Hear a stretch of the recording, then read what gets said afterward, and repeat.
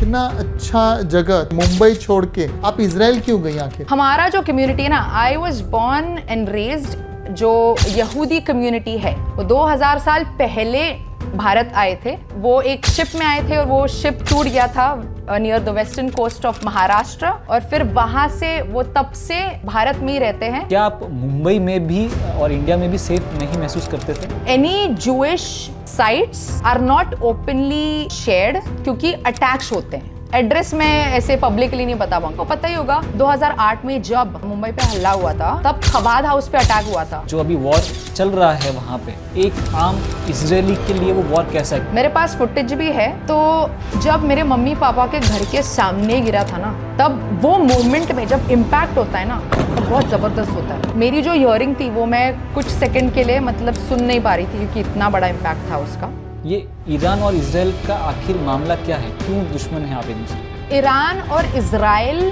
दोस्त थे before the.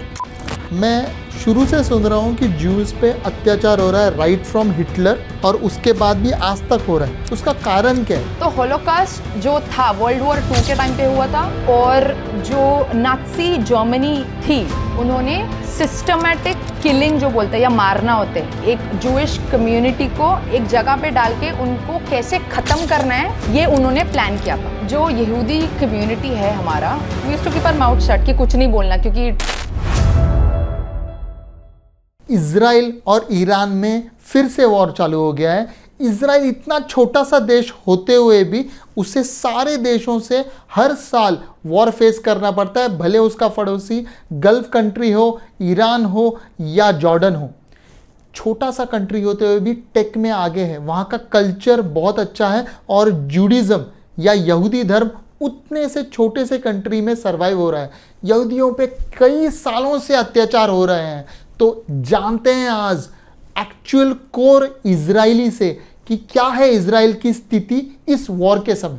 आज हमारे साथ हैं रविताल मोजेस, जो कि मोजेस इन इजराइल इस नाम से बहुत ज़्यादा फेमस हैं इंस्टाग्राम और यूट्यूब पर भी।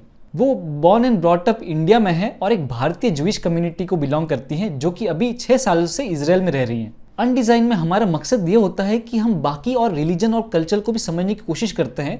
तो वॉर के माध्यम से हम आज इजराइल को समझने की कोशिश कर रहे हैं, उसकी हिस्ट्री, कल्चर और करंट जो वहाँ का माहौल है उसको। तो ऐसे ही और वीडियोस देखते रहने के लिए आप हमें सब्सक्राइब कर लीजिए। चलिए शुरू करते हैं पॉडकास्ट। रविताल, मैं पहला सवाल तुमसे मराठी में पूछूंगा क्योंकि मुझसे वो रहा नहीं जा रहा है कि एक महाराष्ट्रियन इजराइल में है, from who stayed just near me, म्हणजे ठाण्याला राहिलेली मुलगी, आणि ती आता इस्रायलमध्ये आहे, आणि म्हणजे we are talking from Dombivli. तर पहिलं तर तू कशी आहेस आणि कसं ॲटमॉस्फिअर आहे त्या तिकडे? You can answer in Hindi, but प्रश्न माझा मराठीत. थँक्यू की तुम्ही मला हा प्रश्न मराठीत विचारले, कारण ते इस्रायलमध्ये असं मराठीत ऐकायला म्हणजे असं I crave to listen in, you know, your mother tongue that you grew up in. Yeah. So thank you for asking me. It's been tough because it's been more than a month since the war with Iran started. It started on 28th of February and now it's the 31st of March. And how time flies by, but it's been tough because some days are tougher than others. The last 2 days were quiet. But kal on and off we had sirens, so I'm operating on a few hours of sleep. But life doesn't stop in Israel. We live life between sirens and you know, when it's raining ballistic missiles. And आपको देख के ऐसा लग नहीं रहा है कि आप की नींद कम हुई है या वॉर जोन से बात कर रही हैं? जितना लाइवली आप बात कर रही हैं उस हिसाब से। रविताल, इतना अच्छा जगह थाने या महाराष्ट्र छोड़ के, मुंबई छोड़ के आप इजराइल क्यों गई आखिर? ठीक है, तो मैं आपको थोड़ा सा कॉन्टेक्स्ट देती हूँ। ये बहुत अच्छा बट बहुत काफ़ी डिफ़िकल्ट सवाल पूछा है आपने, so I try my best to answer it. तो हमारा जो कम्युनिटी है ना, I was born and raised जो यहूदी कम्युनिटी है भारत की। There are different communities, but मैं आती हूँ बेने इसराइल से। वो 2000 साल पहले भारत आए थे। वो एक शिप में आए थे और वो शिप टूट गया था near the western coast of Maharashtra, और फिर वहाँ से वो तब से भारत में ही रहते हैं. And that's one reason Y जब मुझे पूछते हैं आप इतना अच्छा मराठी कैसे बोल लेते हो, it's because for the longest time मैं और मेरे पूर्वज भारत में रह रहे हैं, महाराष्ट्र में. That is one reason why, if you curious to know कि मैं मराठी क्यों बोलती हूँ. सेकेंडली, अगर आप ये जानते हो, जो यहूदी कम्युनिटी है, they have been in exile, okay, because their homeland is Israel. So for some reasons, be it if they were running from persecution या Holocaust की वजह से, they ran or they went to different countries. तो जो मेरे पूर्वज थे वो आए इंडिया. Now इंडिया जो भारत है has been one of the countries जो काफ़ी accepting रहा है for my community. तो अभी भी भले ही वो it might be a small community, हम 4,000 ही बचे हैं अभी भारत में आउट ऑफ द 1.4 बिलियन, लेकिन बहुत खुशी खुशी रहते हैं. But at the end of the day अगर आप जूस को पूछो, they want to return to the homeland, जो इज़राइल है वो बोलते हैं. तो इवेंचुअली जो मेरे पेरेंट्स थे उन्होंने ये डिसीजन लिया कि हम चारों, जो मेरे मम्मी पापा, मैं और मेरी बहन, we should come back to Israel. तो वो डिसीजन लिया एंड देन कई साल पहले हम यहाँ पे आए. बट मेरे लिए काफ़ी एक टफ डिसीजन था, क्योंकि मुझे भारत से बहुत प्यार है और मेरी इंडियन आइडेंटिटी है वो काफ़ी स्ट्रॉन्ग है. तो अभी भी मुझे जो बोलते हैं ना होम सिकनेस, वो काफ़ी फील होता है. तो it is bittersweet, but in a way I can say भले ही मैं भारत से दूर गई हूँ, in my identity I am still भारतीय. लेकिन आप कितने साल पहले इजराइल जो हैं वो आई हैं, और आप शायद पैदा जो है वो इंडिया में ही हुई थी, राइट? हाँ जी, बॉर्न एंड रेस्ड. हाँ, तो अभी मुझे हुए हैं 6 साल. और आपकी नेशनलिटी क्या है, मतलब क्या आप इंडियन नेशनल हैं वहाँ पे? हाँ जी, तो अभी इंडिया का आपको अगर पता है तो India does not allow dual passport. So I am an NRI but I am also an Israeli citizen. So once आप अगर दूसरे देश का सिटीजनशिप लेते हो, you have to give up your Indian passport, because India does not allow dual passport. But I have something called OCI, which is overseas citizen of India, ताकि मुझे visa ना लगे इंडिया आने के लिए. It's funny, like I am born and raised in India, but technically मुझे एक document लगता है to actually fly in to India, which is an OCI document. तो आप जब भारत में थी तो वोट दे सकती थी क्या? You are very as Indian आप ट्रीट होता था आप? I am as Indian as you guys are. I have an Aadhaar card, I have a PAN card, Indian bank accounts. You know, आपका भी आधार कार्ड पे फोटो ब्लैक हो सकती है फिर हमारी तरह. नहीं, so that's the good part about ये. मैं काफ़ी मतलब डिबेट करती हूँ बाकी सारे जूइश फ्रेंड्स के साथ, क्योंकि उनको इतना प्यार नहीं मिला जितना हमें मिला है एज यहूदी, क्योंकि we have the same rights as Indians. I am born and raised in. तो आपका सरनेम क्या था यहाँ पर जब आप महाराष्ट्र में थी? तो ओके, सो जो मेरे एंसेस्टर्स थे वो सेटल हुए केहिम गांव में. सो माय सरनेम और आडनाव जैसे बोलते हैं वो है केहिमकर. सो आई एम अ केहिमकर. हाँ जी, बट जो मेरे परदादा के परदादा के परदादा थे, ही चेंज्ड इट टू मोजेस, तो तब से हम मोजेस हैं. बट जब हमारे जो राबाई है ना, जो जैसे प्रीस्ट होते हैं, जब वो ब्लेसिंग देते हैं, दे एक्चुअली से रेविताल मायर, which is my dad's name, मेरे पापा का नाम, एंड देन से केहिमकर. तो आप अभी जो इजराइल में रहती हैं, अभी आप हिंदी में बात कर रही हैं हमारे साथ, आप इंग्लिश में भी कर रही थी और मराठी में भी कर रही थी. इजराइल में कौन सी भाषा बोली जाती है? यहाँ पे हिब्रू भाषा में बात करते हैं, बट डिपेंड्स आप कहाँ पे रहते हो. अगर तेल अवीव में रहते हो compare to let's say Mumbai या न्यूयॉर्क, तो यहाँ पे इंग्लिश भी बोलते हैं, या हिब्रिश, जैसे हिंग्लिश करते हैं हम, हिंग्लिश प्लस इंग्लिश, वैसे हिब्रू प्लस इंग्लिश उसको बोलते हैं हिब्रिश. बट अगर आप दूसरे सिटीज में जाओ तो हिब्रू ज़्यादा स्ट्रांग है. तो अगर आपको हिब्रू ना आए तो मतलब बहुत दिक्कत है ये कंट्री में, क्योंकि अगर आपको जॉब लेना हो. आपको आती है हिब्रू, क्योंकि आपने 6 साल ही यहाँ पे गुजारे? हाँ जी, तो माई हिब्रू अभी थोड़ा सा बेसिक लेवल पे है, मतलब बेसिक से ज्यादा है, पर अगर आप बोलो कि हाँ मुझे अगर ऑफिस में जाके अभी प्रेजेंटेशन देना पड़ेगा हिब्रू में, तो मैं वो नहीं कर पाऊंगी. So it will happen over the years. मतलब हिब्रू ये जो भाषा है ये काफी कठिन है, क्योंकि इसमें मैस्कुलिन और फेमिनिन दोनों होता है. हिंदी में कैसे होता है ना, जेंडर रिलेटेड जो होता है ना, तो वैसे हिब्रू में भी है. तो वो पिकअप करने में थोड़ा सा टाइम लगता है, बट मतलब बेटर है. आई थिंक कि अगर मैं ज्यादा साल गुजारूं यहाँ पे तो इट विल गेट बेटर. लेकिन एक जो चीज़ आपने थोड़ी देर पहले कही थी कि क्योंकि आप एक जीविश हैं एंड भले 2000 साल पहले आप यहाँ आए थे, लेकिन कहने का मतलब ये है कि आप वहाँ पे जाके आपको होमली वाइब आ रहा है कि आपके लिए होम तो इंडिया ही है अभी भी? नहीं, इंडिया तो विल ऑलवेज बी होम. मतलब ऐसे कभी सेकंड थॉट भी नहीं आता है कि मैं मतलब जा सकती हूँ कि नहीं इंडिया. ऐसा बिल्कुल भी कभी भी नहीं आया मेरे दिल में या दिमाग में. यहाँ पे आई टेल यू व्हाट, जो कल्चर है, जो बोलते हैं संस्कृति या संस्कृति, ये इंडिया से काफ़ी मैच भी करता है और काफ़ी अलग भी है. ठीक, फॉर एग्जाम्पल अगर आप तेल अवीव और मुंबई की तुलना करो तो काफ़ी सेम है.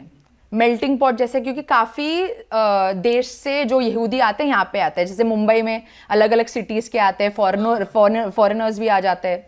फिर यहाँ मल्टीकल्चरल है. हाँ जी, मल्टीकल्चरल, ज़्यादा इंग्लिश स्पीकिंग है, ज़्यादा करियर अपॉर्चुनिटीज़ हैं यहाँ.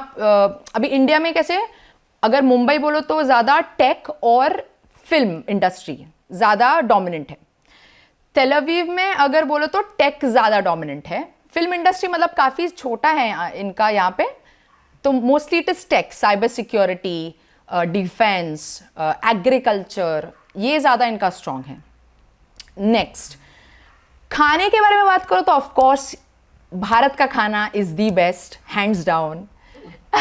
यहाँ तेल अवीव में भी मिलता है, but it's not as good as India.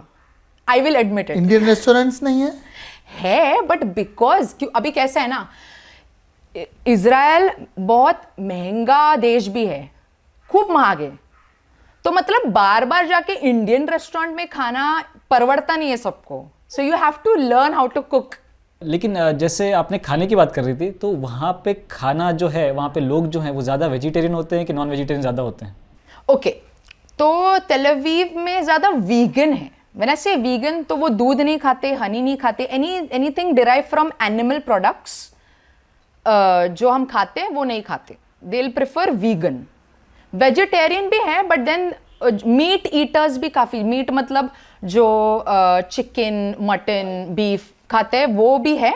But तेल अवीव में स्पेसिफिकली वीगन ज़्यादा है. वीगन रेस्टोरेंट स्पेसिफिकली है यहाँ पे.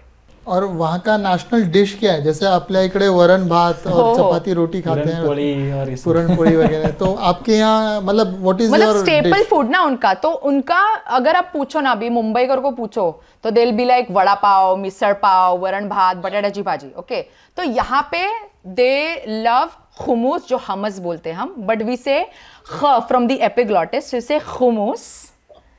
देन यू से पीता, जो पीता ब्रेड होता है, पीता. फलाफेल जो मिलता है ना, falafel, that's like a good vegetarian option for Indians who travel to Israel by the way. फिर होता है shawarma, that you can eat chicken और बीफ और whatever you prefer. There is also sabich. Sabich is I am trying to, मैं विचार कर रही हूँ कैसे एक्सप्लेन करूँ. जो बैंगन का भरता होता है ना, बैंगन का डिश है ये, but they put it in a pita, so it's like अ बैंगन का पीता सैंडविच. तो उसमें आलू भी होता है, अंडा भी होता है और सैलेड भी होता है, फिर तुम ऐसे खा सकते हो. और शाक्षुका, इफ यू नो, सबीख, ख फ्रॉम द एपिग्लॉटिस, खाग बोलना. सबीक. सबीख. और फिर शाक्षुका, जो which is very similar to anda करी.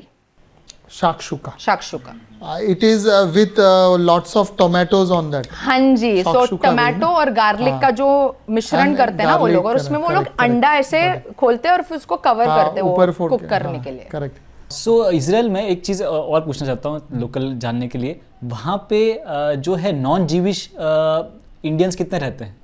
ओके, तो approximately again I could be wrong,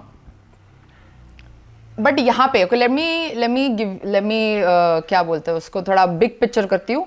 अगर आप इंडियंस सोच रहे हो, ओके, जूज नॉन जूज सब, about 1 lakh Indians that live in this country. And population of Israel is 1 crore के आसपास होगी. 10 मिलियन है ना, 10 मिलियन 10 अराउंड. मिलियन मतलब 1 करोड़. 1 करोड़. ऐसे सोचिए मुंबई का पॉपुलेशन जो है वो इजराइल से ज्यादा है. ज्यादा है, इतना तो है 100%. ठीक है, तो 1 लाख इंडियंस अब सोचिए, उसमें से जो 80,000, व्हाट इज 80,000, 80,000 वो है इंडियन जूस. ठीक है, तो जो बचे हैं लेट्स से माइग्रेट हो चुके हैं वहां पे. हाँ जी, क्योंकि इंडियन जूइश कम्युनिटी जो भारत से फिर वापस आए हैं, और सब ना बेन इसराइली भी है, कोचीनी जूज है, बगदादी जूज है, मिला के वो 80,000 approximately, I am not giving you an exact number. और फिर जो लेट्स से जो 20,000 है वो है स्टूडेंट्स, केयर गिवर्स, वर्कर्स, या जो लेट्स से who come and work in tech companies. ऐसे मिला के अप्रोक्सीमेटली अबाउट 20,000 यू आप गिन सकते हैं. अभी मैं एक एस्पेक्ट जानना चाहूँगा इजराइल के बारे में, जो दर्शक देख रहे हैं. इजराइल देश कितना बड़ा है एज कंपेयर टू इंडिया? अगर आप बताना चाहें, कोई एक स्टेट बता के, या कैसे, कितना बड़ा देश है इजराइल, मतलब लोगों को समझ में आया है, वो पर्सपेक्टिव मिले. और वहाँ कैसा है ओवरऑल, जैसे स्ट्रेटा फोना कैसा है, समुद्र कितने पास है, या पर्वत है, पहाड़ है, और ऋतु कैसे रहते हैं? ओके, तो let me break this down. मैं आपको एग्जैक्टली किलोमीटर्स में नहीं बता पाऊंगी, बट इतना ध्यान में रखिए, you can travel Israel north to south in 1 day. यानी कि 400-500 किलोमीटर के अंदर, 450-480 किलोमीटर. हाँ, मतलब बहुत छोटा है, लेकिन सी मिडिल, कभी कभी मैप पे आपको इजराइल दिखता भी नहीं, आपको ऐसा जूम इन करना पड़ता है तब जाके दिखता है ना. म्हणजे कोकण, मुंबई से यू ट्रैवल गोवा बिफोर उससे भी गोवा. छोटा ही होगा. हाँ, उससे भी छोटा ही होगा. ठीक है, और फिर ऑफ कोर्स लंबाई ज्यादा है, चौड़ाई कम है. चौड़ाई कम है. Okay, and then if you talk about ऋतु या सीजन जैसे बोलते हैं, यहाँ पे समर को क्या बोलते हैं हिंदी में? गर्मियाँ, गर्मियों का सीजन, गर्मियों का सीजन जो यहाँ चालू है, अभी चालू होगा यहाँ पे. Okay, it will start from, अभी क्या चल रहा है, अप्रैल, जून से लेके सितंबर तक approximately, plus minus, but that is peak गर्मी का सीजन. और गर्मी मतलब भड़कती हुई, तड़कती हुई गर्मी. मुंबई जैसे मतलब पसीना भी आता है, बट थोड़ा सा कम आता है. And it is strong summer, बहुत मतलब कड़क होता है. क्लाइमेट होता है क्या? क्योंकि मुंबई में तो क्या है, ह्यूमिडिटी ज्यादा है, और जैसे राजस्थान सी में पास में ही है ना. हाँ, तो अभी तेल अवीव कैसे, Tel Aviv is near the sea, तो you sweat here but not as much as Mumbai. Mumbai is मतलब पसीना 10x, मतलब ऐसा लगता है कि भाई अभी मुझे नहाना है. ठंडियों के बारे में कैसा है वहाँ? ठंड, अगर तुम मुंबई से हो तो खत्म, क्योंकि यहाँ का ठंडी इज लाइक बहुत खतरनाक. तुम कितने भी लेयर्स पहनो, कितने भी कपड़े पहनो, मतलब ठंड तो लगती है. और मुझे कैसे ना, अगर फिंगर्स, टोज और ऐसे कान बंद ना हो ना ठंडी के टाइम, तो मतलब खत्म. सो यू हैव टू, ठंडी में ड्रेस कैसे करते हैं ना, मैंने यहाँ पे आके सीखा कि मुंबई में यूजुअली आप कंपेयर करो दिल्ली से, तो ठंडी तो है ही नहीं ना, विंटर सीजन जो होता है हम बोलते हैं उसको. तो यहाँ पे आके हमने एक्सपीरियंस किया. और एक चीज़ है, यहाँ पे ठंडी में बारिश भी होती है, और कभी कभी क्या बोलते हैं उसको, बर्फ के गोले वो भी पड़ते हैं, हेल स्टोन्स जैसे हम बोलते हैं, वो भी डिपेंड्स, फ्रीक्वेंटली, समटाइम्स नॉट. और कभी कभी अगर आप जेरूसलम में जाओ तो स्नो भी होता है. और mount Hermon which is the highest, one of the highest points, वहां पे भी स्नो गिरता है, बर्फ. इजराइल में नंबर 1 यूट्यूबर कौन है? आई थिंक आप तो नहीं है. मैं तो वो जर्नी पे हूँ अभी फिलहाल, but thank you, this is a very big complement. But अभी देखने जाओ तो मतलब काफी सारे. अभी मेरा एक दोस्त है, his name is Tal Oran, he is a Mizrahi Jew. Different types of Jews होते हैं, तो उसमें he is very close to, I think 1 million at the moment. अभी आप समझिए, कंपेयर टू इंडिया 1 मिलियन मतलब बहुत बड़ा नंबर है इसराइल में, बहुत बड़ा होता है। हाँ हाँ, ठीक हाँ, है। हाँ। तो Got it, got it. मुझे याद है, मैं किसी से बात कर रही थी, आई थिंक इंडियन से ही बात करी थी, मैंने उनको बोला आई जस्ट क्रॉस्ड 100,000, मतलब बहुत बड़ी बात है 100,000 इन इजराइल, मत तो बोला नहीं बहुत कम है। बोला okay sir, Congratulations for that. Thank you, धन्यवाद। एंड होप ऐसे ही काम करते रहो तो you will definitely reach good figures. मैं अभी ये जानना चाहेंगे, अभी let's know about the history of Jews या हिब्रूज जो हम बोलते हैं। मैं शुरू से सुन रहा हूँ कि ज्यूज पे अत्याचार हो रहा है राइट फ्रॉम हिटलर, उससे पहले भी नेबुकदनेस्सर, और उसके बाद भी आज तक हो रहा है। तो Israelis all over the world भाग रहे हैं और हर जगह उन्हें हमेशा सप्रेस किया जाता है, नीचे नज़र से देखा जाता है। What you call, I suppose उनको एक शब्द है नीचे नज़र से, हिब्रूज को या एंटीसेमिटिज्म, या उस वजह से उन पे बहुत अत्याचार हो रहा है।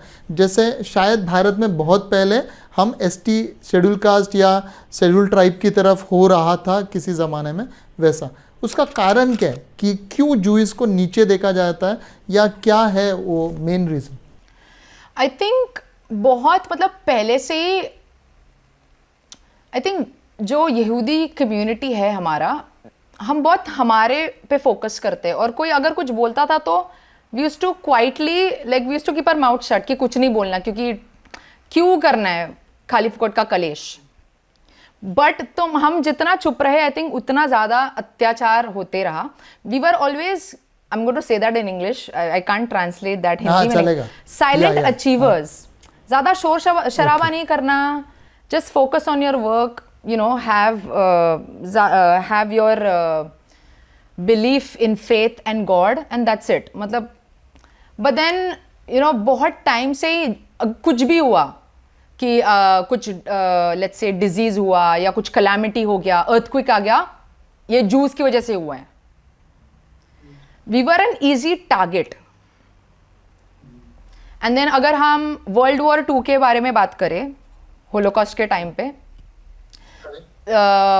वी वर, मतलब not we, I am not going to say we, क्योंकि आई वाज जो ओके मैं क्यों वी नहीं बोल रही हूँ, क्योंकि जो मेरी एंसेस्ट्री है उनको Holocaust, they didn't have to face Holocaust. Bharat ने हमें बहुत सेफ रखा। So I am going to talk for my let's say European Jewish friends. जो उनके दादा दादी है, most of them are Holocaust survivors, मतलब वो कॉन्सेंट्रेशन कैंप के अंदर रहे हैं और बच्चे भी हैं, and they have been able to tell their stories दुनिया को कि भाई ये हुआ था। क्योंकि बहुत सारे लोग डिनाई करते हैं कि होलोकॉस्ट हुआ भी था। इनफैक्ट अगर आप पोलैंड जाओगे भी, ऑश्विट्स वगैरह, वहाँ पे अभी तक रखा हुआ है जो हुआ था वो टाइम पे, बट लोग बोल रहे हैं कि भाई हुआ ही नहीं था। तो जो हमारे ऑडियंस है, पहले तो उनके लिए जिनको पता नहीं हॉलोकॉस्ट क्या होता है, उनके लिए आप एक शॉर्ट में एक्सप्लेन कर सकते हैं? ओके, तो होलोकॉस्ट जो था वर्ल्ड वॉर 2 के टाइम पे हुआ था, और जो नाज़ी जर्मनी थी वो टाइम पे उन्होंने सिस्टमैटिक किलिंग जो बोलते हैं या मारना होते हैं, एक जूइश कम्युनिटी को एक साथ में लेके कॉन्सेंट्रेशन कैंप एक जगह पे डाल के उनको कैसे खत्म करना है, ये उन्होंने प्लान किया था। और ये वो टाइम पे, क्योंकि सोशल मीडिया था नहीं ना, न्यूज़ किसी को पहुंच रहा था, वो इतने टाइम से चल रहा था, वो किसी को पता भी नहीं था। मतलब जूस को पकड़ के बंदी बनाना और उन्हें टॉर्चर करके मारना। हाँ, मतलब ये पूरा जो हमारा कम्युनिटी है उसको कैसे खत्म करना है वो प्लान कर रहे थे, वो कर भी रहे थे। मैं एक बीच में इंटरप्ट ऐसे करूं कि मैं इसमें ये जानना चाहूँगा कि आखिर क्यों कोई और कम्युनिटी, क्या आपके भगवान अलग हैं कि क्यों जूइश, क्योंकि सब अब्राहमिक रिलीजन से ही आ रहे हैं, आप मे बी क्रिश्चियनिटी या मुस्लिम हो या जूइश हो, तो इतना क्या जूइश के लिए हेट्रेट आया अचानक? मैं वो कारण जानना चाह रहा था कि आपके गॉड्स अलग है या बिलीव सिस्टम ही अलग है जो इन लोग नहीं मान रहे थे। Got it. तो ये इट डिपेंड करता है कौन ये सवाल का जवाब दे रहा है। अभी मी एज एन इंडियन जो, मेरा पर्सपेक्टिव बहुत अलग है। अगर आप किसी यूरोपियन और या अमेरिकन को पूछोगे, उनका पर्सपेक्टिव बहुत अलग होगा। मेरे हिसाब से इब्राहिमिक रिलीजन्स जो है, जूडियज़म, क्रिश्चियनिटी और इस्लाम, उनके रूट्स तो एक ही है, लेकिन क्या हुआ था ना, I think there is always कि नहीं भाई हम ही सही है and our way is the right way, नहीं क्या बोलते हैं उसको, माई वे और द हाईवे वाला जो कॉन्सेप्ट है ना, वो एकदम स्ट्रांग हो गया। और जो हमारा पॉपुलेशन है अभी वर्ल्ड में 0.2% ऑफ द वर्ल्ड पॉपुलेशन है, फिर भी लोग बोलते हैं कि जूस कंट्रोल द मीडिया, फिर भी लोग बोलते हैं जूस कंट्रोल हॉलीवुड। मैंने बोला अगर if you are controlling, we should be, जो इंफॉर्मेशन वॉर जो चल रहा है अभी मीडिया में, वो तो हम जीत रहे होते हैं अभी इफ यू आर कंट्रोलिंग। तो मतलब आप थोड़ा सोचिए, लाइक आई अंडरस्टैंड ये इतना सारा इंफॉर्मेशन है, उसको फिल्टर आउट करना शायद डिफिकल्ट रहे, बट आप क्यूरियस रहिए, जानना आप कोशिश कीजिए कि क्या हुआ था, क्या चल रहा है अभी, आप किसको फॉलो कर रहे हो, उनकी आइडियोलॉजी क्या है। एक्सट्रीमिस्ट चल रहा है तो मतलब भाई कुछ तो गलत है। तो मेरे हिसाब से we were an easy target. और फिर अगेन जूज में भी अलग अलग के प्रकार होते हैं ना, रिलीजियोसिटी के हिसाब से। ऑर्थोडॉक्स जो बहुत ही ज़्यादा स्ट्रिक्ट नहीं बोलूँगी, but they follow all the rules of Judaism. फिर ट्रेडिशनल होते हैं, फिर रिफॉर्म होते हैं। ट्रेडिशनल इज़ लाइक फॉलो भी करते हैं और उनके हिसाब से they will not also follow, depends अब किसको पूछ रहे हो। और फिर रिफॉर्म मतलब that is like new age. सो जो मेरा सवाल था वो ऐसा था कि क्यों जो ज्यूइश कम्युनिटी है इतनी एंशंट होने के बावजूद भी क्रिश्चियनिटी जैसी जो उससे से निकला है क्रिश्चियनिटी, वो कैसे आगे बढ़ क्रिश्चियनिटी कैसे आगे बढ़ गया और ज्यूइश कम्युनिटी कैसे छोटी रह गई? ओके, सो जो ज्यूइश कम्युनिटी है वो कन्वर्जन को प्रमोट नहीं करता। हमारे में कन्वर्जन है, बट अगर आप बोले let's say there's somebody called Rajesh example, okay, अभी राजेश को लगा कि मुझे इसमें इंटरेस्ट आया है और मुझे अभी I want to be Jewish, तो एक कन्वर्जन प्रोसेस होता है और बहुत सारे लोग रिजेक्ट भी होते हैं इसमें। बट जो हमारे जो लीडर्स है, स्पिरिचुअल लीडर्स, वो सामने से जाके कन्वर्जन को प्रमोट नहीं करेंगे, हमारे में अलाउड नहीं है।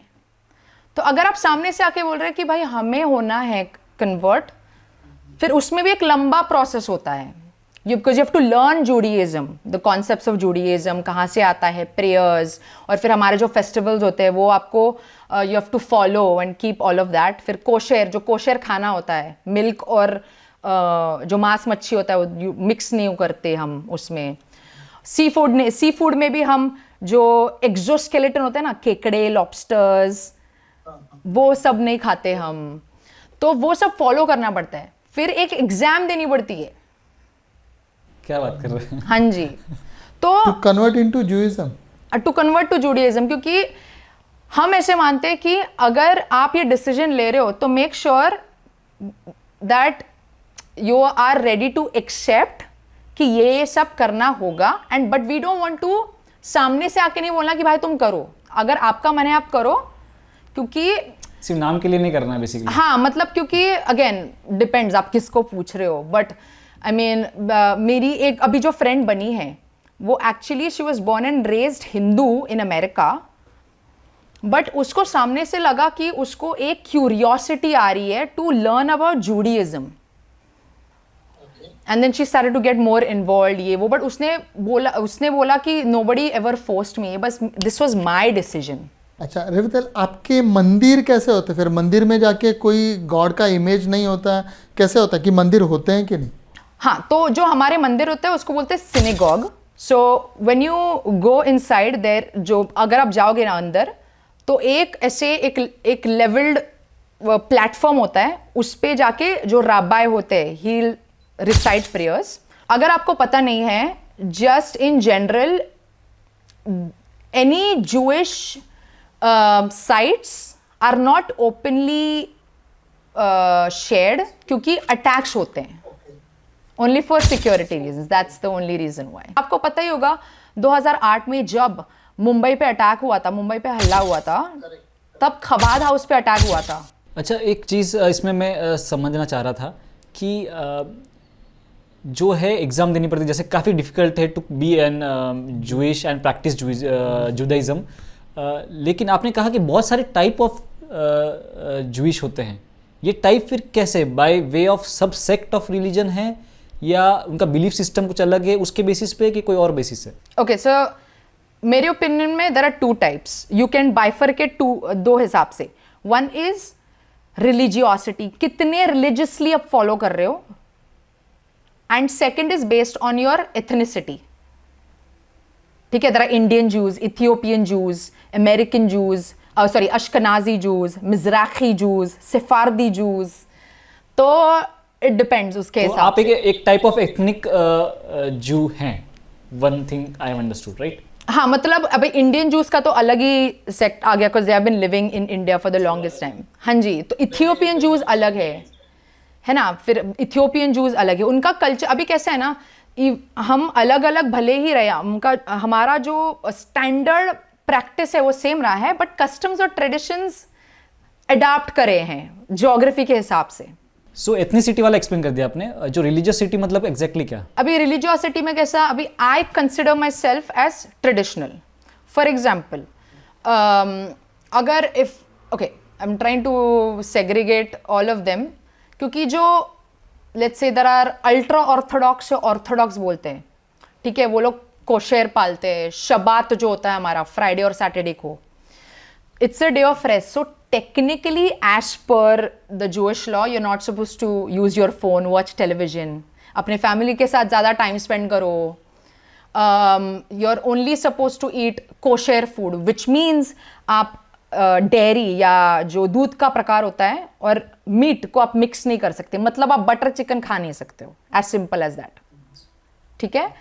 व्हाट एल्स, प्रार्थना करनी होती है on times of the day, क्योंकि हमारे में भी होता है, you have to like pray certain times of the day. But again अभी इंडिया में पॉसिबल है, there are some I wouldn't say orthodox, दत्ती जो ऑर्थोडॉक्स के थोड़ा सा नीचे होते हैं, मतलब थोड़ा सा और फ्लेक्सिबिलिटी होती है उसमें, but they still more religious. अगर आप मॉडर्न डे जू बोलो, मॉडर्न डे अभी somebody like me, I personally do not want to follow everything, क्योंकि मैं कुछ चीज़ों से रिलेट नहीं कर पाती हूँ, and it is okay, it is accepted. It's ऐसे नहीं है कि भाई तुम ये नहीं कर रहे हो then you are a bad Jew. I think as long as you are practising Judaism आपके own in your own way, आपके तरीके में, I think it's good, it's well accepted. लेकिन तो फिर इसके ऊपर मेरा फिर एक और सवाल है, क्या आप मुंबई में भी और इंडिया में भी सेफ नहीं महसूस करते थे? नहीं, बिल्कुल भी नहीं. उल्टा I feel more safe as a यहूदी person in India than in Israel also? नहीं, इजराइल में तो है ही, मतलब क्योंकि मोस्टली तो सब जूज ही है ना यहाँ पे. ऑफकोर्स अगर आप बोल रहे हो कि भाई अभी बैलिस्टिक मिसाइल आएगा तो ऑफकोर्स डर लगता है, बट अब इंटरनली आप बोल रहे हो कि मतलब चलते time I have to look over my shoulder, तो वैसे नहीं. No, as a Indian Jewish person, do वहाँ पे भी वैसा होता है? डिस्क्रिमिनेशन होता है क्या इजराइल में? वो पहले के ज़माने में होता था, ऐसे मैंने सुना हुआ है, I have spoken to a few people. But अभी अगेन डिपेंड्स आप कहाँ पे रहते हो. Tel Aviv is the most open minded city, और वहाँ पे ना ज़्यादा क्यूरियोसिटी भी होती है. Oh my god, Indian Jews, tell us more.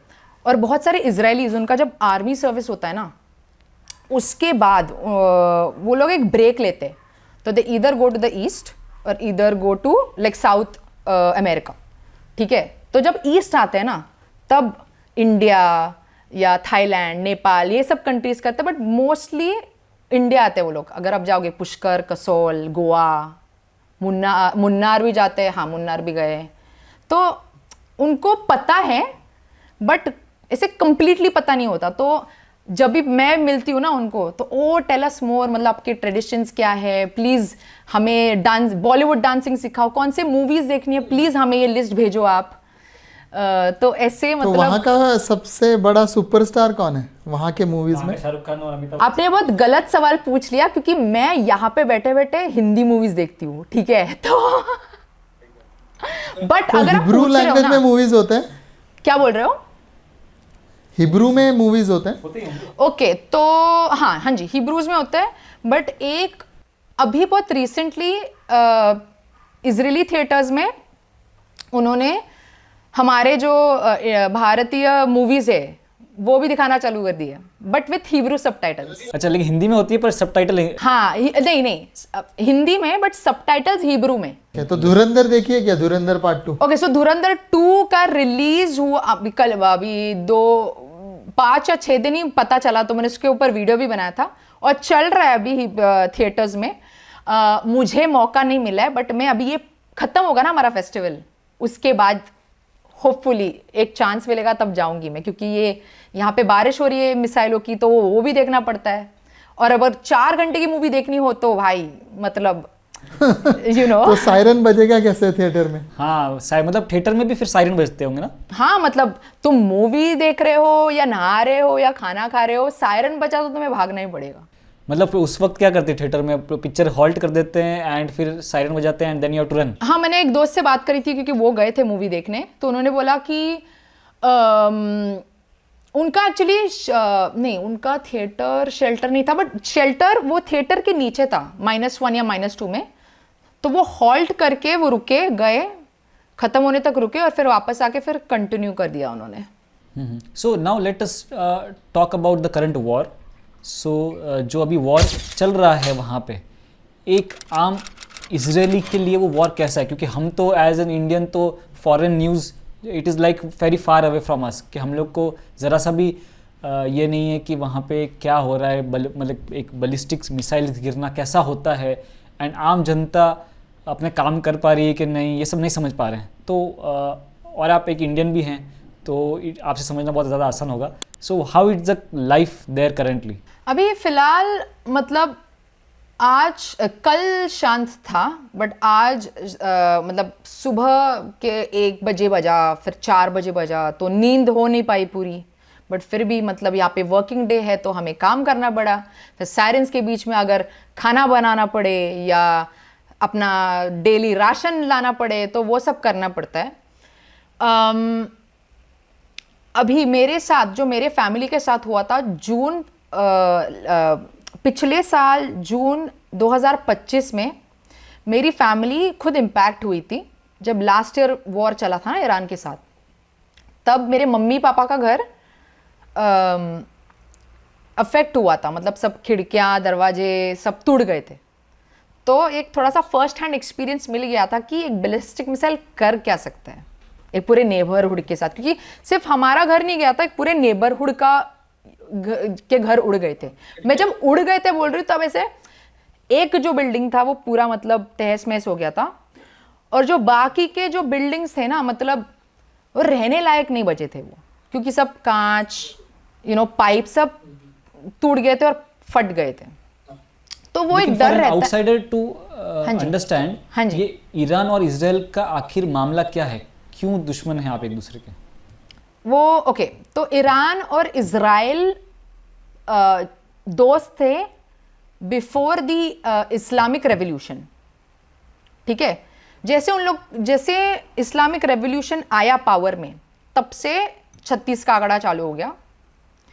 And the leadership, जो उनका लीडरशिप था, वो हमेशा बोल रहे थे death to the Jews, death to Israel, death to America.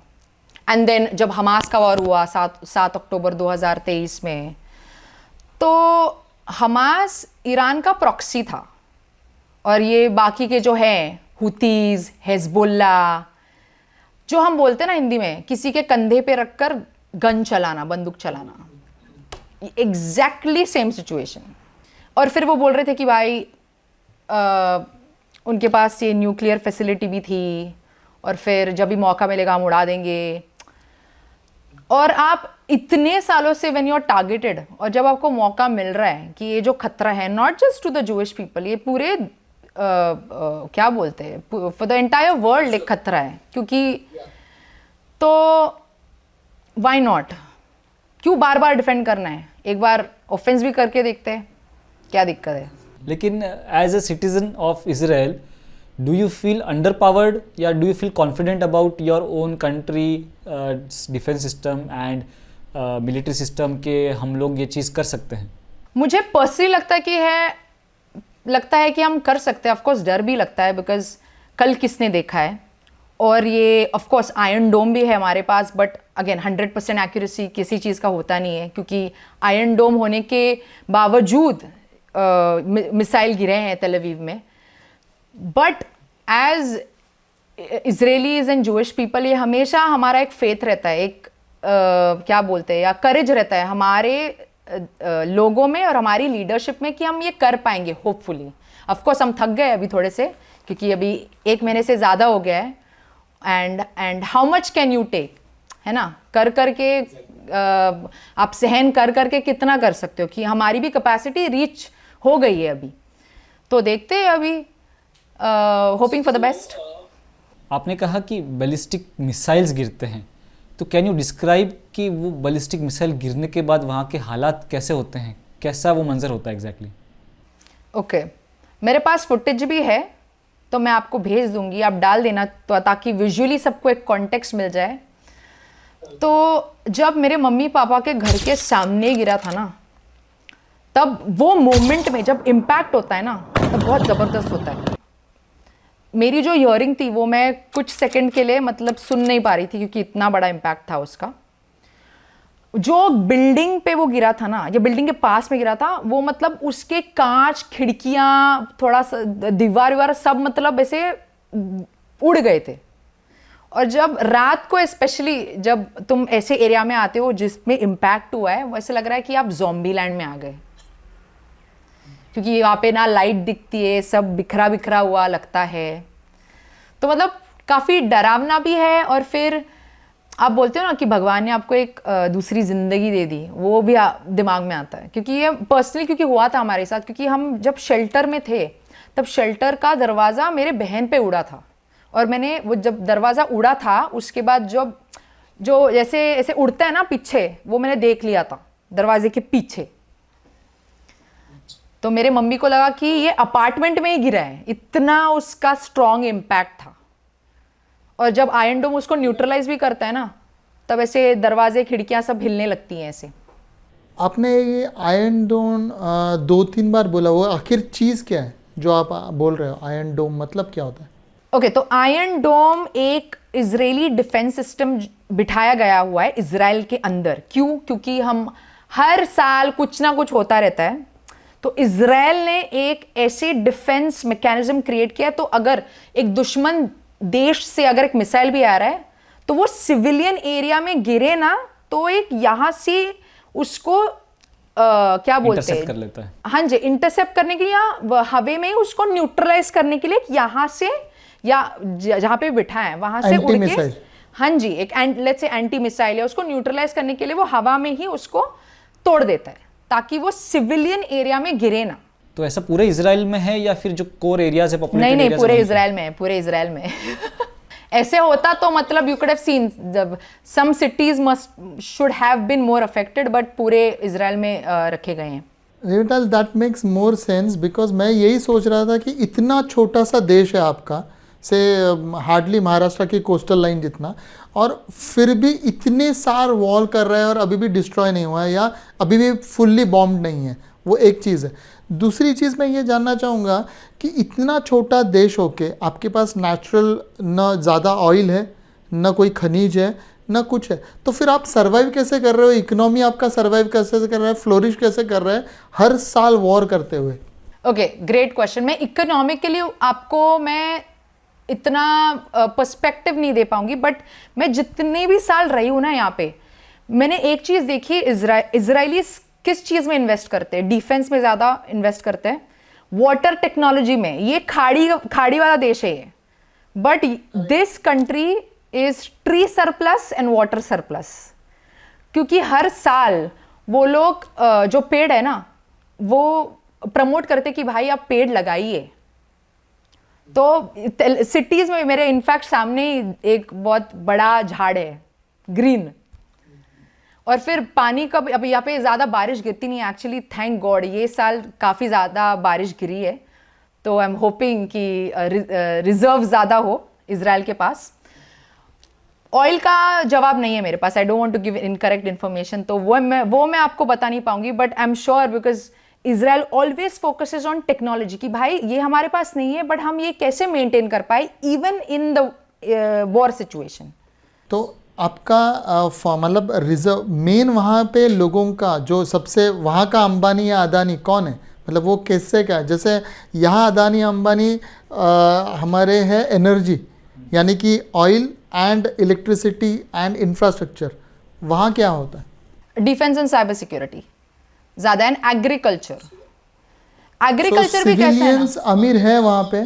Okay तो यहाँ पे standard of living is I would say again I don't want to say higher than India because there are so many Indians that are earning really well, but अगर आप average job भी लो ना यहाँ पे you are able to like let's say pay your rent, pay your bills, but यहाँ के लोग ना credit पे ज़्यादा जीते। हम भारतीय लोग सेविंग्स रखते हैं, वो एक अलग चीज़ भी है, ठीक है, वो ज़्यादा क्रेडिट पे जीते कि भाई मतलब अभी कल किसने देखा है, कभी भी आ सकते मिसाइल, तो वो भी एक मेंटालिटी है इनकी कि क्रेडिट पे जियो, ठीक है। हम कैसे सेविंग्स करते कि भाई पता नहीं कुछ भी हो सकता है। पेट्रोल की कीमत क्या है वहाँ लीटर? ये मेरे पास I don't have an answer for you, I genuinely don't know. मैं क्यों बोल रही हूँ क्योंकि मेरे पास गाड़ी भी नहीं है ना मैं देखती हूँ, and I have not looked into this information, I don't know. So जो इजरायली करेंसी है वो क्या है और इंडिया के कंपैरिजन में कितनी ऊपर नीचे है? The Israeli currency is shekel and I believe 1 shekel is about 25 rupees. 1 shekel is 25 rupees. हाँ जी। तो वहाँ average salary would be okay so it, और ऐसे एक चीज अच्छा भी है, यू हैव अ मिनिमम पे जो देना ही पड़ता है किसी भी एम्प्लॉयर को, and it depends, it can be anywhere between 27 shekels to 32 shekels per hour per hour, ठीक है। बट अगेन अगर आप टेक में काम कर रहे हो तो वहाँ पे पे ज़्यादा अच्छा है। अगर आप ट्रेडिशनल इंडस्ट्रीज में काम करते हो, मैन्युफैक्चरिंग हो या you know any of those traditional, वहाँ पे थोड़ा सा कम हो सकता है, बट मिनिमम पे होता ही है यहाँ पे। और अगर ओवर टाइम करो तो उसका तो वहाँ टैक्सेस कैसे है?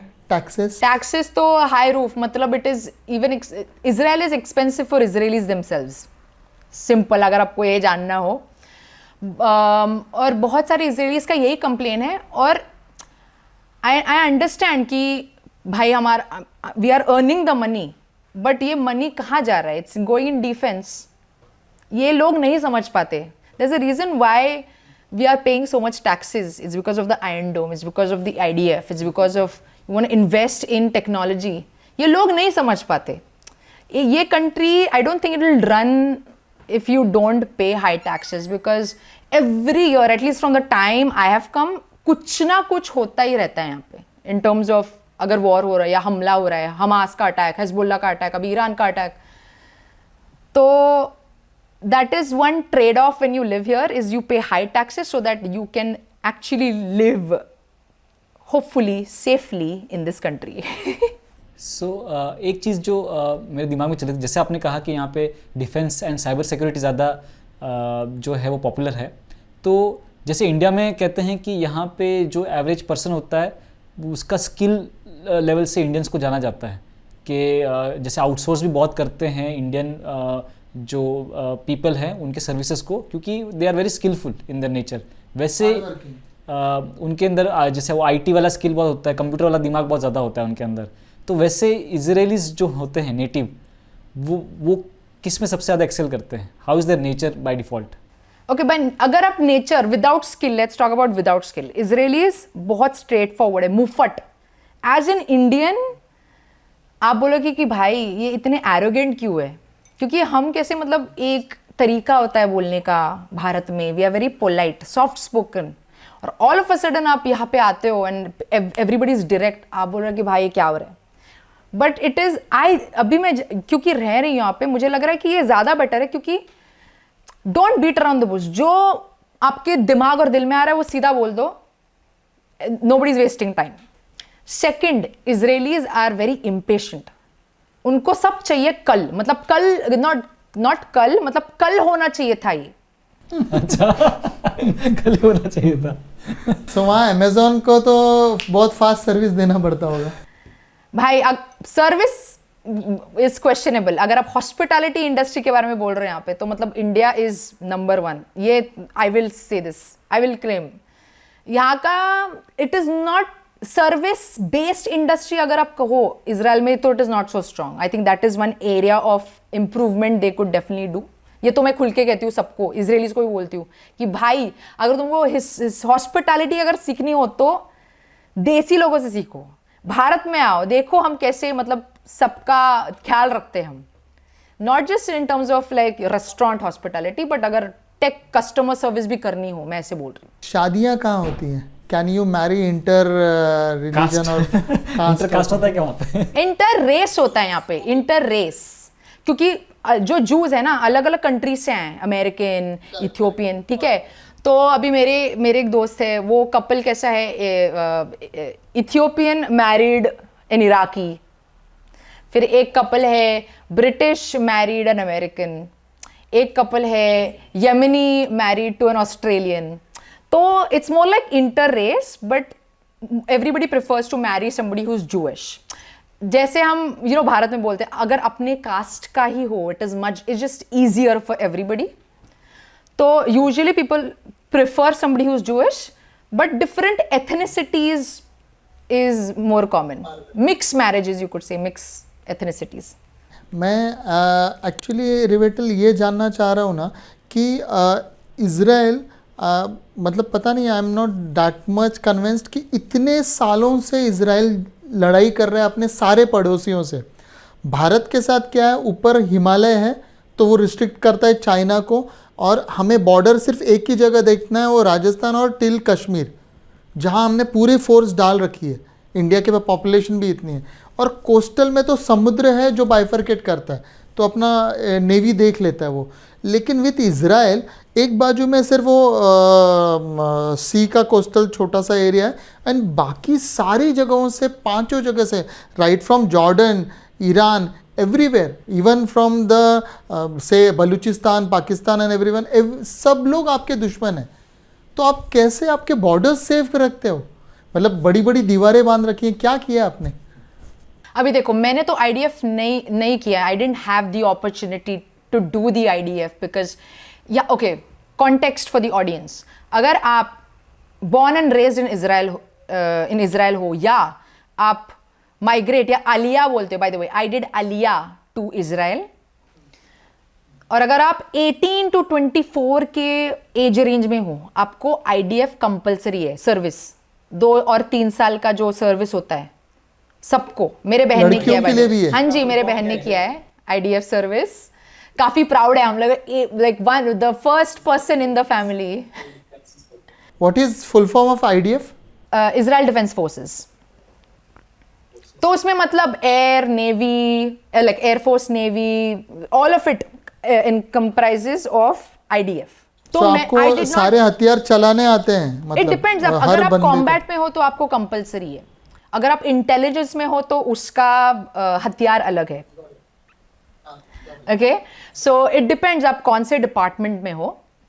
Now most is the reason why Israel में डिफेंस और साइबर सिक्योरिटी क्यों इतना स्ट्रांग है, क्योंकि we had no other option, we had to be the best, नहीं तो सब खत्म कर देते।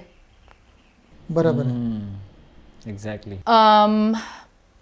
Okay, so to answer your question, मैं आईडीएफ पॉइंट ऑफ व्यू से आपको नहीं बता पाऊंगी क्योंकि मैंने नहीं किया है, बट मैं एक्चुअली ना गाजा बॉर्डर के पास 2-3 बार गई हूँ, जहाँ पे हमास का अटैक हुआ था ना, नोवा फेस्टिवल साइट, और ये किबूत्स पे हुआ था ना। तो बड़े दीवारें, मतलब इट्स नॉट लाइक कि भाई you can jump, actually I have seen footage, it is मतलब आप चढ़ सकते हो, ऐसे नहीं है, उस पर बॉब वायर्स भी लगाए हुए हैं। तो आई पर्सनली डोंट नो कि इंस्पाइट, मतलब इतना भी ये नहीं है कि आप तोड़ के नहीं आ सकते, कि हमास तोड़ के ही आया था किबूत्स बेरी और Nova festival, they were able to infiltrate Israel. But I think surveillance काफी स्ट्रांग है इजराइल का। Of course 7th of October was a defense failure, but in general, अगर आप इजराइल भी आते हो, एयरपोर्ट पे चेकिंग मतलब बहुत ज़बरदस्त होती है, क्वेश्चनिंग भी काफ़ी ज़्यादा होती है। तो उनका सर्वेलेंस होता है या क्वेश्चनिंग होता है, वो बहुत लेयर्स होते हैं, फिल्टर्स बहुत होते हैं उसमें। तो I am assuming that is one way, और इंटेलिजेंस भी काफी स्ट्रांग है Mossad if you talk about. तो आई थिंक ये ऐसे कुल मिला के कॉम्बिनेशन के हिसाब की वजह से it has been able to stay as is. Israel में जो आपने कहा कि आप बंकर्स में या यहाँ शेल्टर्स में चुप जाते हैं, तो क्या वहाँ पे घर बनाते समय आपको बंकर्स या शेल्टर्स बनाने पड़ते हैं? इट इज़ लाइक जैसे आप तो रही हैं थाना में, तो हम लोग एक्चुअली इंटीरियर्स करते हैं, तो इंटीरियर्स करते समय हम लोग देखते हैं कि हर घर में एक मंदिर होता है या कुछ बनाते हैं, तो आपका वो रिक्वायरमेंट ही है कि हर घर में बेडरूम के साथ एक शेल्टर भी हो ऐसा? अभी एक लॉ पास गया था इन द रिसेंट ईयर्स कि जो भी घर बनेगा, अपार्टमेंट हो या हाउस हो, व्हाटएवर, बंगलो, रोज, व्हाटएवर, उसमें एक स्ट्रांग रूम होना ही चाहिए। ये पहले लॉ नहीं था, अभी उन्होंने कर दिया क्योंकि उनको पता है ये फ्रीक्वेंटली आते हैं ना, क्योंकि फ्रीक्वेंटली कुछ ना कुछ होता ही है। तो इसी वजह से अभी जो न्यूअर बिल्डिंग जो बन रहे हैं, कंस्ट्रक्शन हो रही है, उन सब में स्ट्रांग रूम है। बट अगर आप ओल्ड बिल्डिंग्स में जाओ, पुराने, क्या मतलब शेल्टर दिखता कैसा एग्जैक्टली? मतलब जैसे एक नॉर्मल रूम ही होता है, ऐसा कुछ खास नहीं उसमें, मतलब इट्स अ स्ट्रांग रूम। उसका बस मटेरियल थोड़ा सा अलग होता है। अभी वो मत पूछिए मुझे, आई डोंट नो टेक्निकली उसको क्या बोलते हैं। बट बॉम्ब गिरने से वो डिस्ट्रॉय नहीं होता, ऐसा आपका बोलना? मतलब that is the purpose of the strong room, कि कुछ भी हो, जो अंदर लोग हैं उनको होना नहीं चाहिए। बट क्योंकि बैलिस्टिक मिसाइल इतना स्ट्रांग है, वो एक दो बार वो स्ट्रांग रूम मतलब वो पार करके गया है, so you just never know. या और स्ट्रांग रूम के अंदर से आपको सिग्नल्स आते हैं फ़ोन के, या आपको टीवी दिखता है, मतलब वो सिग्नल्स पकड़ सकते हैं? तो इट डिपेंड्स। अगर अभी बहुत सारे जो मेरे दोस्त थे, उन्होंने उसके अंदर स्ट्रांग रूम के अंदर ही वाईफाई राउटर लगा के रखा है, तो अगर आप अंदर भी बैठे हो और आपको न्यूज़ देखना है कि क्या चल रहा है या कहाँ पे अफेक्ट हुआ है, तो वो देख सकते हैं। बट कभी कभी क्या होता है ना, यहाँ पे जीपीएस का बहुत इश्यू होता है, तो कोई ड्राइव भी कर रहा है तो कभी कभी मैप्स पे दिखता है कि आप जॉर्डन में हो, क्योंकि they are trying to intercept these missiles. GPS के साथ वो बहुत खेलते हैं कभी कभी, स्पेशली ड्यूरिंग दीज टाइम्स। तो मतलब वाईफाई का मुझे इतना कुछ प्रॉब्लम हुआ नहीं है, बट जीपीएस के साथ बहुत होता है यहाँ पे। सो मैं जब पहले पूछा था ना, जैसे सिटीजन्स का लाइफ कैसा है उधर, सो जनरली हम देखते हैं गल्फ कंट्रीज़ में काफ़ी रिस्ट्रिक्टिव एनवायरनमेंट होता है कल्चर। जैसे इंडिया में कैसे हम फ्रीली घूमते हैं, कुछ भी करते हैं, कुछ भी खाते हैं, कुछ भी पीते हैं, कुछ भी कपड़े पहनते हैं, तो इजराइल में कितने रिस्ट्रिक्शंस हैं? आप सड़कों पे कैसे घूम सकते हैं? औरतों के ऊपर कुछ स्पेशल रिस्ट्रिक्शंस है क्या? कैसा है? ओके, इजराइल मतलब मुझे तो काफ़ी एज अ वुमन काफ़ी सेफ लगा। I can wear whatever I like. अगर आप जेरूसलम जाते हो, it is a more spiritual place. Consider Varanasi, to give you more context, ठीक है, थोड़ा ये करने अपने देसी ऑडियंस को थोड़ा ये करने के लिए। तो वहाँ पे मतलब यू आर एक्सपेक्टेड कि आप ढंग से कपड़े पहनो, मॉडेस्ट ड्रेसिंग जिसको बोलते हैं, हाथ पैर कवर्ड। और अगर आप जा भी रहे हो to the Western Wall, men जो पुरुष और स्त्रियों का सेक्शन वो अलग होता है, मिक्स नहीं करते वो लोग, ठीक है, बट वो जेरूसलम में।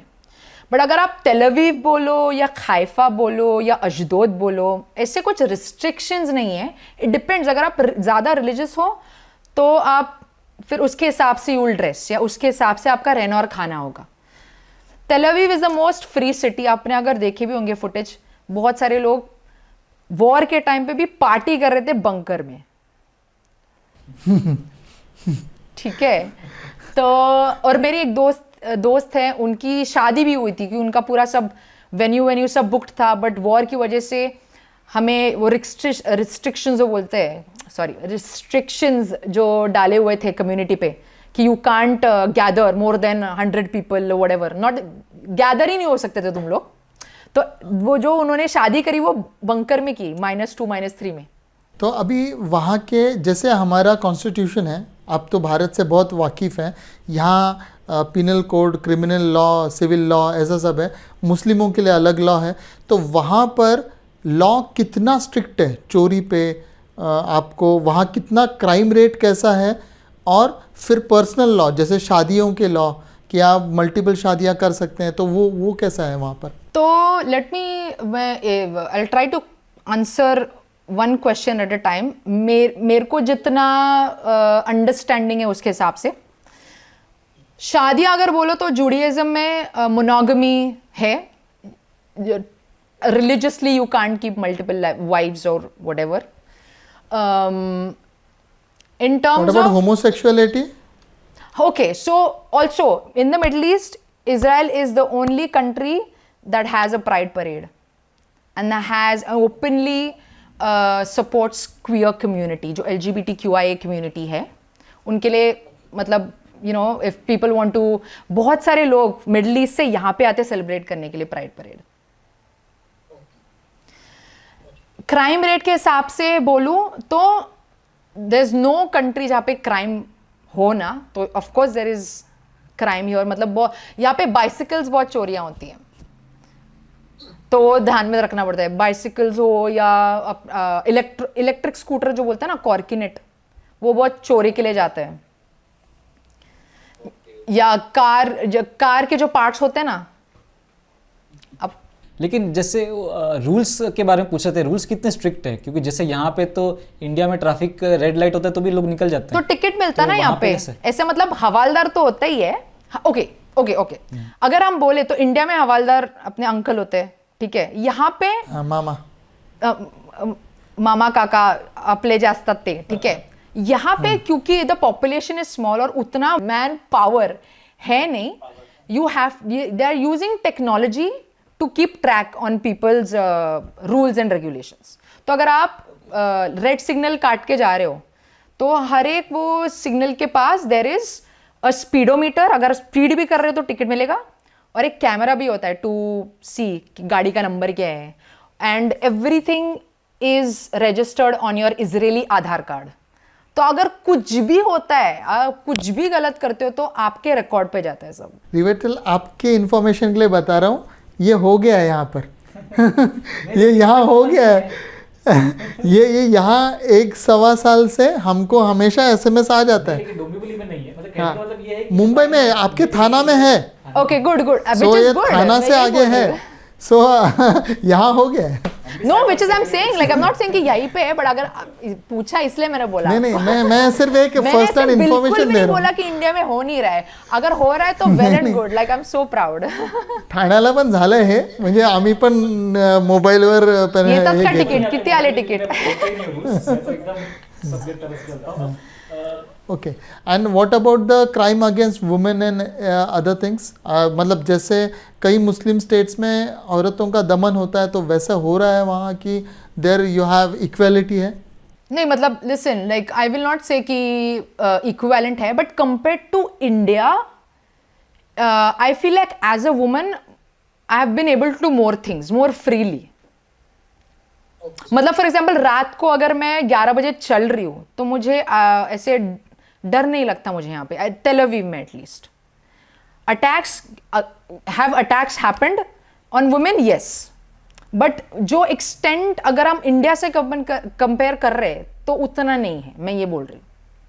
और सज़ा कितना स्ट्रिक्ट है? जैसे इंडिया में अगर आप कोई क्राइम करो तो सालों साल आप कोर्ट केस लड़ सकते हो, जो तो आपको मालूम ही है. तो वैसा वहाँ पे कैसा है कि फास्ट डिसीजन है कि आपको स्ट्रिक्ट है? जैसे Dubai, it is unlike Dubai, it's very strict. मतलब इंडियंस दुबई में जाके they become more civilised rather than they come to India. यहाँ पान की पीक भी थूक देंगे, यहाँ क्राइम भी छोटा मोटा कर लेंगे. दुबई में जाके सब अच्छे स्टूडेंट हो जाते हैं. तो उसके हिसाब से अगर मैं कंपेयर करूँ तो अगर आप इजरायलीज को पूछोगे, हम कैसे इंडिया में बोलते हैं कि यार अगर सरकार ये करे तो बेटर होगा, तो इजरायलीज का भी यही मानना है कि भाई यहाँ का सरकार ऐसे करे तो बेटर होगा. तो इट डिपेंड्स आप किसको पूछ रहे हो. But as an Indian I feel like कि इनका जो स्पीड है वो अपने से बेटर है, बट बेटर हो सकता है, मैं ये बोल रही हूँ.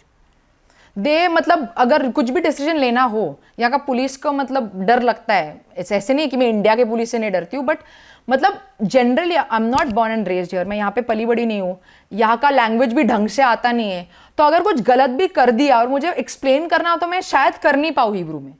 तो क्यों मतलब वो पढ़ने क्यों उसमें? Just live your life with regulations. सीधे रास्ते में चलो. हाँ मतलब क्यों खाली फुकड़, मतलब अच्छे से रहने को मिल रहा है तो काय को करने का कलेश. अच्छे से रहो, contribute to the society, contribute to the community. क्यों करना है? तो रविताल, मैं आखिर में ना मैंने जूस के बारे में थोड़ा बहुत पढ़ा और जाना भी, और सच कह रहा हूँ दिल से कि मुझे बहुत दुख हुआ कि किसी एक कम्युनिटी को पिछले कई हज़ार सालों से, मतलब ऐसे नहीं कि 200 साल 100 साल, कई हज़ार सालों से अलग अलग देश में इतना टॉर्चर करके और इतना हेटिज़म मिल रहा है, जबकि वो कम्युनिटी, वैसे तो उनकी कोई भी गलती नहीं है, कोई भी गलती मुझे नज़र नहीं आती है, और फिर भी आपको अलग अलग देशों में भागना पड़ा, या अभी एक साथ आके आप उस छोटे से देश में रहना चाह रहे हो सुखी से, फिर भी लोग आप पे आक्रमण कर रहे हैं।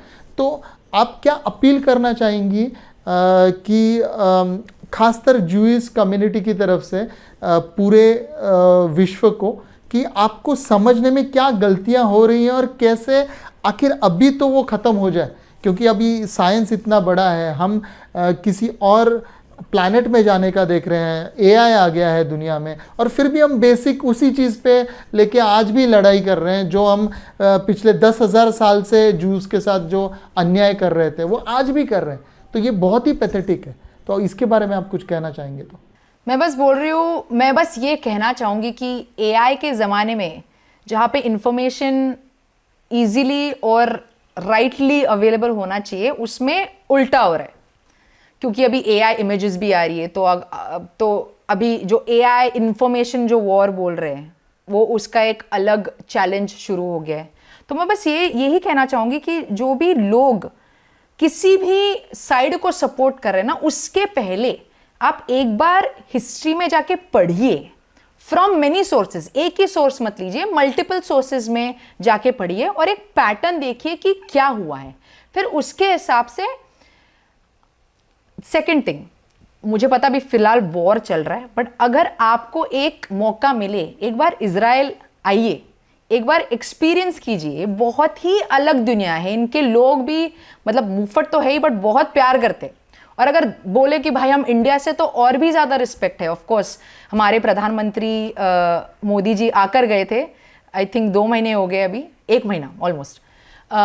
तो उसकी वजह से काफ़ी क्यूरियोसिटी भी जगी है इजरायलीज में इंडिया को जानने के लिए। जैसे इंडिया इजरायलीज को जानने का कोशिश करते हैं ना, वैसे Israelis also trying to now find out कि भाई इंडिया में क्या चल रहा है। तो मैं आप सबको इनवाइट करना चाहूँगी, इजराइल आइए, हमसे मिलिए, एक्सप्लोर जूडिज्म, एक्सप्लोर इजराइल, और फिर इंफॉर्मेशन के हिसाब से आई जस्ट होप कि मॉरली आप एक साइड तो नहीं बोलूँगी मैं, बट डिसीजन आप उसके हिसाब से लो, इंफॉर्मेशन जानने के बाद। अभी आपने मोदी जी का नाम लिया, तो मैंने सुना है आप मोदी जी से भी मिली हैं। हाँ जी, for just it's for a few moments, yes. और वो उस मोमेंट्स में क्या हुआ, मतलब आप किसी काम से उनसे मिली थी या for some other reason?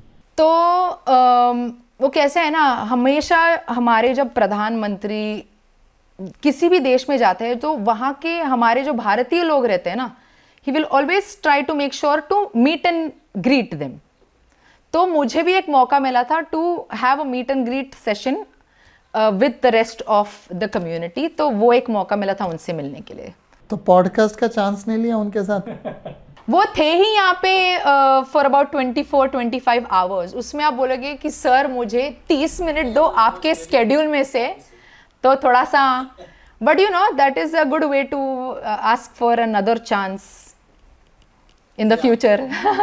So when you see in front Modi ji को आप देखते हैं तो कैसा लगता है? How, what kind of personality is?